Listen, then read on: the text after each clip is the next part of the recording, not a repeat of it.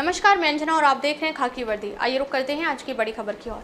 भारत सरकार आज सदन में पटेल पर वक्फ बोर्ड संशोधन बिल पेश करेगी, जिसको लेकर मुस्लिम समुदाय दो धड़ों में बढ़ चुका है। जो लोग विरोध की तैयारी में हैं, उनके लिए मुंबई की सड़कों पर भारी बंदोबस्त लगाया गया है, लेकिन जो लोग वक्फ बोर्ड बिल का समर्थन कर रहे हैं वह खुशियां मना रहे हैं। यह नजारा है मुंबई के बोरीवली स्टेशन के बाहर। मुस्लिम समुदाय के लोग वक्फ बोर्ड बिल के समर्थन में मिठाइयां खिलाकर और खीर सुरमा खिलाकर लोगों को बधाई दे रहे हैं। यहाँ के मुसलमानों का कहना है कि हमारे समाज में जो लोग भू माफिया हैं उन्हें बिल आने का डर है, लेकिन हम सब मोदी जी के इस प्रयास से काफी खुश हैं। वहीं इस मौके पर बोरीवली भाजपा के विधायक संजय उपाध्याय ने बताया कि मोदी सरकार ने मुस्लिम समुदाय के फायदे के लिए यह संशोधित बिल लाया है। इसमें किसी को डरने की जरूरत नहीं है। कांग्रेस ने अब तक लोगों को डराकर इस बिल का फायदा उठा। लोकसभा में बुधवार को विभिन्न विपक्षी दलों के सदस्यों के कड़ी विरोध के बीच वक्फ यानी संशोधन विधेयक 2025 को पारित कर दिया, जिसमें वक्फ यानी संशोधन विधेयक पिछले साल 8 अगस्त को लोकसभा में पेश किए जाने के बाद 8 अगस्त 2024 को संयुक्त संसदीय समिति यानी जेपीसी को भेजा गया था। केंद्रीय मंत्रिमंडल ने बैठक में संसदीय संयुक्त समिति द्वारा प्रस्तावित 14 संशोधनों को अपनी मंजूरी दी। इस विधेयक के समर्थन में 288 वोट पड़े, जबकि 232 सांसदों ने इसके खिलाफ मतदान किया। भाजपा सांसद जगदम्बिका पाल की अध्यक्षता वाली जेपीसी की रिपोर्ट विपक्षी दलों के हंगामे और वॉकआउट के बीच गत 13 फरवरी को संसद में पेश की गई थी। केंद्रीय मंत्रिमंडल की मंजूरी के बाद अब विधेयक बजट सत्र के दूसरे भाग के दौरान संसद में प्रस्तुत किए जाने की संभावना है। बजट सत्र का दूसरा चरण 10 मार्च से 4 अप्रैल तक प्रस्तावित है। भाजपा के कई शीर्ष नेताओं ने दावा किया है कि इस सत्र के दौरान ही विधेयक पारित होने की संभावना है। जेपीसी की 655 पृष्ठ वाली इस रिपोर्ट में भारतीय जनता पार्टी यानी भाजपा के सदस्यों द्वारा दिए गए सुझाव समाहित थे। विपक्षी सदस्यों ने इसे असंवैधानिक करार दिया था और आरोप लगाया था कि यह कदम वक्फ बोर्डों को बर्बाद कर देगा। भाजपा सदस्यों ने इस बात पर जोर दिया था कि पिछले साल अगस्त में लोकसभा में पेश किया गया विधेयक वक्फ संपत्तियों के प्रबंधन में आधुनिकता, पारदर्शिता और जवाबदेही लाने का प्रयास करेगा। समिति ने भाजपा सदस्यों द्वारा प्रस्तावित सभी संशोधनों को स्वीकार कर लिया था और विपक्षी सदस्यों के संशोधन को खारिज कर दिया था। वक्फ यानी संशोधन विधेयक 2024 को केंद्रीय अल्पसंख्यक कार्य मंत्री किरण रिजिजू द्वारा लोकसभा में पेश किए जाने के बाद 8 अगस्त 2024 को संयुक्त संसदीय समिति यानी जेपीसी को भेजा गया था। विधेयक का उद्देश्य वक्फ संपत्तियों को विनियमित और प्रबंधित करने से जुड़े मुद्दों और चुनौतियों का समाधान करने के लिए वक्फ अधिनियम 1995 में संशोधन करना है। सरकार ने कहा कि अगर वह वक्फ संशोधन विधेयक नहीं लाती तो संसद भवन समेत कई इमारतें दिल्ली वक्फ बोर्ड के पास चली जाती और कांग्रेस के शासनकाल में वक्फ संपत्तियों का सही से प्रबंधन होता तो केवल मुसलमानों को ही नहीं बल्कि देश की तकदीर भी बदल जाती। केंद्रीय अल्पसंख्यक कार्य मंत्री किरण रिजिजू ने लोकसभा में वक्फ विधेयक 2025 को चर्चा और पारित कराने के लिए रखते हुए यह भी कहा कि इसके माध्यम से सरकार और वक्फ बोर्ड मस्जिद समेत किसी धार्मिक संस्था के किसी धार्मिक कामकाज में हस्तक्षेप नहीं करेंगे। उन्होंने वक्फ संशोधन विधेयक के खिलाफ विपक्षी दलों के दावों को खारिज करते हुए कहा कि 1995 में जब कई संशोधनों के साथ व्यापक कानून बनाया गया था तब किसी ने नहीं कहा था कि यह असंवैधानिक और गैर कानूनी है। महत्वपूर्ण दिन है।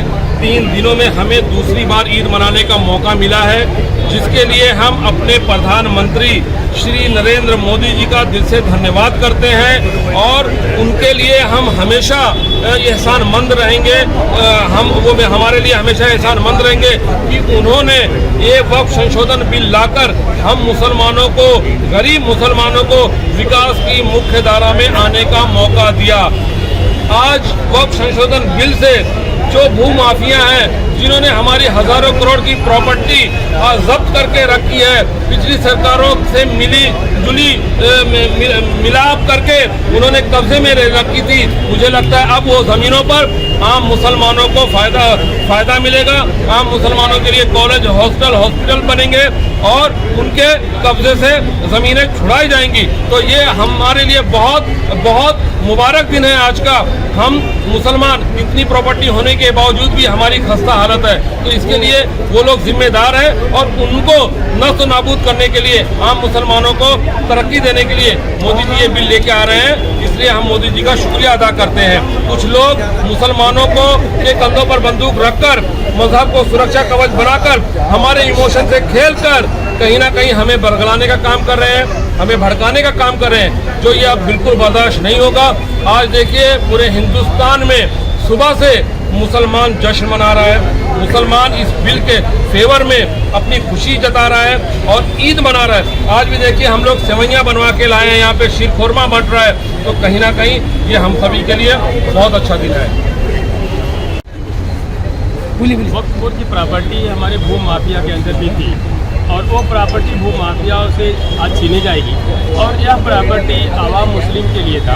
आवाम मुस्लिम को कोई फायदा अरे करो जल्दी। और ये जो पारित होगा नियम उससे आवाम मुस्लिम को फायदा होगा। नहीं, ऐसा कहा जा रहा है वक्फ बोर्ड मतलब मुसलमानों की पार्टी है, ऐसा क्या नहीं, देखिए वक्फ बोर्ड जो है मुस्लिम की प्रॉपर्टी है, लेकिन उसमें ऐसा कुछ नहीं है कि आवाम को उसका कोई फ़ायदा नहीं मिला। अभी जो मोदी जी कर रहे हैं क्या कर रहे हैं, अच्छा कर रहे हैं। हाँ, अच्छा कर रहे हैं, अच्छा करने से हम लोग संतुष्ट हैं। आवाम मुस्लिम को इससे फ़ायदा होगा। अच्छा, जैसे अभी 3 तलाक मोदी जी लाए थे, उस पर आप क्या कहना चाहेंगे? नहीं, वो 3 तलाक जो हुआ था वो भी अच्छा हुआ, क्योंकि वो 3 तलाक लागू होने से काफ़ी हद तक तलाक़ें बंद हो गई हैं। उससे लोगों को फायदा होगा। हाँ, लोगों को फायदा होगा। खिलाफ क्या वो संशोधन सही है? ये वक्त संशोधन बिल जो ला रहे हैं मोदी जी अच्छा ही ला रहे हैं। जो गरीब मुसलमान हैं, जो मिस्किन मुसलमान हैं, उनको फ़ायदा होगा। कोई जो कमेंट मिल रहा है बहुत अच्छा बिल है, इससे गरीब मुसलमानों को फ़ायदा होगा। अच्छा, कुछ लोग इसके खिलाफ पहले से ही हैं, जैसे वक्फ आज से तो है नहीं। अब इनकी रोजी रोटी बंद हो जा रही है, रोटी बंद होने की वजह से वो लोग के खिलाफ रहेंगे। नहीं है, पूरा एकदम ऐसा लग रहा है रुक नहीं रहा, पूरा उनकी रोजी रोटी तब उनकी मतलब दुकानें बंद हो गई हैं, तो इसके लिए हम लोग बिल ला गए। बिल लाने से माननीय प्रधानमंत्री मुसलमानों के लिए हक कर रहे हैं। अभी देखिए 30 लाख जो है सौगातें मोदी की ने स्वीकार किया है पूरे मुसलमानों महाराष्ट्र में, मतलब पूरे देश में मोदी जी की रिपोर्ट कितनी अच्छी है।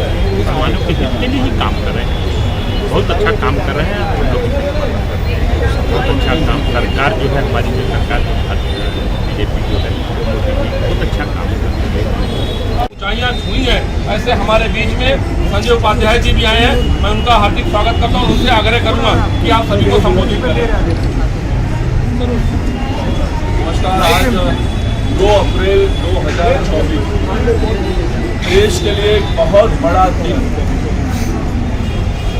आज देश की संसद में एक बड़ा फैसला होने जा रहा है और वक्फ बोर्ड संशोधन, ये संशोधन देश के हित में है। कोई भी कानून देश के कानून से ऊपर नहीं हो सकता, लेकिन वक्त में इस प्रकार का प्रोविजन था जिस जगह को अपनी कह दे वो जगह उनकी हो जाए और उसको सिद्ध करने का अधिकार भी सामने वाले के पास नहीं रहता, वही भी उन्हीं के पास होती है। इसकी लाठी उसकी भैंस वाली बात होती है और उससे बहुत बड़े पैमाने पर शोषण और उसके साथ साथ जिस देश से वक्त की स्थापना हुई, अनेक माफियाओं ने इन प्रॉपर्टी पर कब्जा किया और वक्त को जो टैक्स देना चाहिए वो टैक्स न देकर उसको अपनी निजी मालकियत समझकर उसका उपयोग कर रहे हैं। और उसके लिए आज जो संशोधन आ रहा है ये सर्वसामान्य मुसलमानों के हित में है, देश के हित में है। देश का संविधान और देश का कानून सबके लिए एक होना चाहिए और इसमें न्याय मांगने की प्रक्रिया सबके लिए सहज और सुलभ होनी चाहिए और इसके लिए आज का यह संशोधन बहुत महत्वपूर्ण और ऐतिहासिक है। बल्लारपुर के तहसीलदार गायकवाड़ व पटवारी पुखड़े रिश्वत मामले में भ्रष्टाचार विरोधक दस्ते के जाल में फंसे। महाराष्ट्र के बल्लारपुर में भ्रष्टाचार की मजबूत होती जड़ों को खाद पानी देते हमारे अधिकारी वर्ग, जिसके इशारे पर लगभग सभी अवैध कार्य शहर में फल फूल रहे हैं। इसी प्रकार मंगलवार की शाम बल्लारपुर के तहसीलदार अभय अर्जुन गायकवाड़ को भ्रष्टाचार विरोधी दस्ते ने गिरफ्तार किया है। साथ ही कवरजॉय के पटवारी रचिन रघुनाथ पुकले छुट्टी पर होने से उनके घर के लिए टीम रवाना हुई है। यह कार्रवाई 26 मार्च से चल रही थी। बिल्डिंग मटेरियल सप्लायर फरियादी के पास 2 ट्रैक्टर और एक जेसीबी मशीन होने से इन पर जब्ती की कार्रवाई से बचने के लिए यह कार्रवाई 26 मार्च से चल रही थी। बिल्डिंग मटेरियल सप्लायर फरियादी के पास 2 ट्रैक्टर और एक जेसीबी मशीन होने से इन पर जब्ती की कार्रवाई से बचने के लिए कवट जे के पटवारी सचिन पुकड़े और तहसीलदार अभय गायकवाड़ और फरियादी के बीच 2,20,000 रुपए की लेन देन की बात हुई थी, जिस पर 1,19,900 रुपए तहसीलदार और पटवारी ने 26 मार्च को स्वीकार किए थे। आज 1 लाख रुपए की मांग करने पर 90,000 देने का तय हुआ ही था कि फरियादी की शिकायत पर भ्रष्टाचार विरोधी दस्ते ने जाल बिछाकर मंगलवार की शाम तहसीलदार को गिरफ्तार किया है। यह कार्रवाई भ्रष्टाचार विरोधक विभाग नागपुर के पुलिस अधीक्षक डॉक्टर दिगंबर प्रधान, अतिरिक्त पुलिस अधीक्षक संजय पुरंदरे, सचिन कदम के मार्गदर्शन में श्रीमती मंजूषा भोसले, उप अधीक्षक भ्रष्टाचार विरोधी दस्ते ने कार्रवाई की है। आगे की जांच शुरू है। मुंबई हवाई अड्डे पर नौकरी दिलाने का लालच देकर ऑफिस बुलाया, बंदूक दिखाकर माता पिता को जान से मारने की धमकी देकर लड़की के साथ बलात्कार। रील स्टार सुरेंद्र पाटिल के खिलाफ नासिक की 19 वर्षीय लड़की ने यौन शोषण का मामला कराया दर्ज। रील स्टार के खिलाफ विभिन्न पुलिस थाने में 13 मामले दर्ज, आरोपी फरार, पुलिस तहकीकात शुरू। नासिक की एक 19 वर्षीय लड़की ने मानपाड़ा पुलिस स्टेशन में डोंबिवली के पास ठाकुरली की reel star developer Surendra Patil के खिलाफ यौन उत्पीड़न की शिकायत दर्ज कराई है। पुलिस ने तुरंत पाटिल के खिलाफ अत्याचार और शस्त्र निषेध अधिनियम के तहत मामला दर्ज कर लिया है। शिकायत में पीड़िता ने कहा है कि घटना 16 फरवरी से 29 मार्च के बीच डोंबिवली पूर्व के दावड़ी इलाके में हुई। मानपाड़ा पुलिस स्टेशन में सुरेंद्र पाटिल और उनके ड्राइवर दोनों के खिलाफ मामला दर्ज किया गया है। सुरेंद्र पाटिल रील स्टार हैं। उनके इंस्टाग्राम पर कई वीडियोस हैं जिसमें वह हमेशा अजीबोगरीब हरकतें करते नजर आता है। कभी पिस्तौल दिखाते हैं, कभी पैसा दिखाते हैं, कभी शराब पीते हैं। कुछ साल पहले यही सुरेंद्र पुलिस स्टेशन गया था और पुलिस की कुर्सी पर बैठकर रील बनाई थी और इसे सोशल मीडिया पर भी शेयर किया था। पाटिल हमेशा खबरों में बना रहता है। अब फिर एक लड़की ने उसके खिलाफ मानपाड़ा पुलिस स्टेशन में रेप का मामला दर्ज कराया है। इतना ही नहीं, उसने अपनी शिकायत में यह भी कहा है कि मैं उन्हें काका कहकर बुलाती थी। पुणे में रहने वाली 19 साल की एक लड़की की जान पहचान इंस्टाग्राम पर सुरेंद्र पाटिल से हुई। लड़की को पाटिल का एक वीडियो पसंद आया, जिसके बाद पाटिल ने उसे एक संदेश भेजा और कहा कि वह तुम्हें मुंबई हवाई अड्डे पर नौकरी दिलाता हूँ। इसके बाद मोबाइल नंबरों का आदान प्रदान हुआ।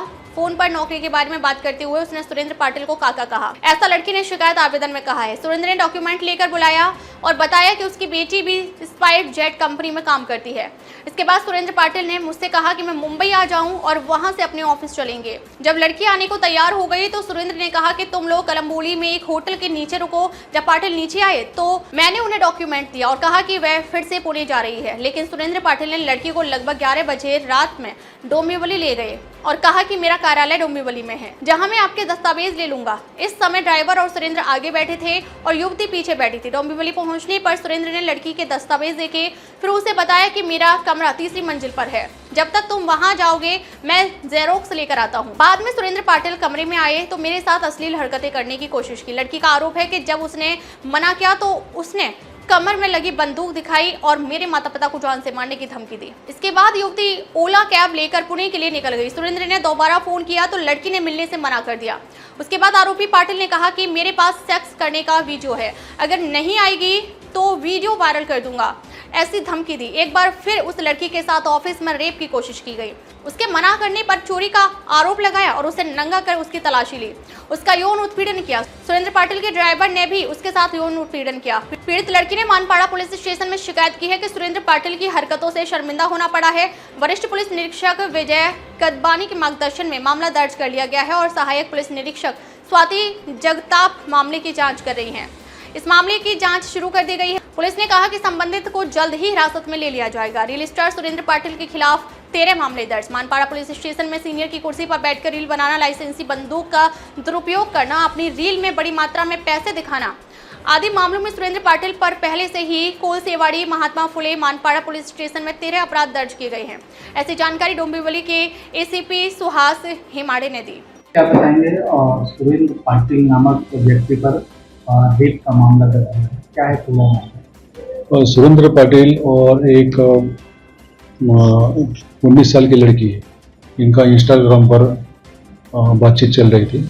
उस बहाने में सुरेंद्र पाटिल ने उसे एयरपोर्ट पे नौकरी देता हूँ ऐसा बताकर उसको उसके ऑफिस में बुलाया इधर मानपाड़ा एरिया में, और वहाँ पर उसके साथ शारीरिक संबंध किए धमकी करके।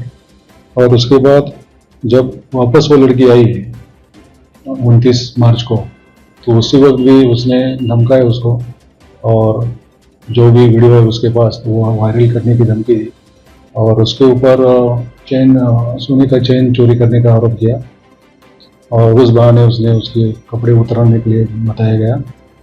बाद में उसके ड्राइवर ने भी वही काम किया और ऐसे सुरेंद्र पाटिल उसका जो ड्राइवर है उनके खिलाफ, दोनों के खिलाफ मानपाड़ा पुलिस स्टेशन में 1 अप्रैल को गुना दर्ज है।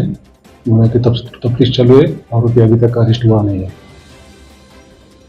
अब तक के लिए बस इतना ही, फिर मिलते हैं एक ऐसी ही बड़ी खबर के साथ। तब तक के लिए नमस्कार और देखते रहिए खाकी वर्दी।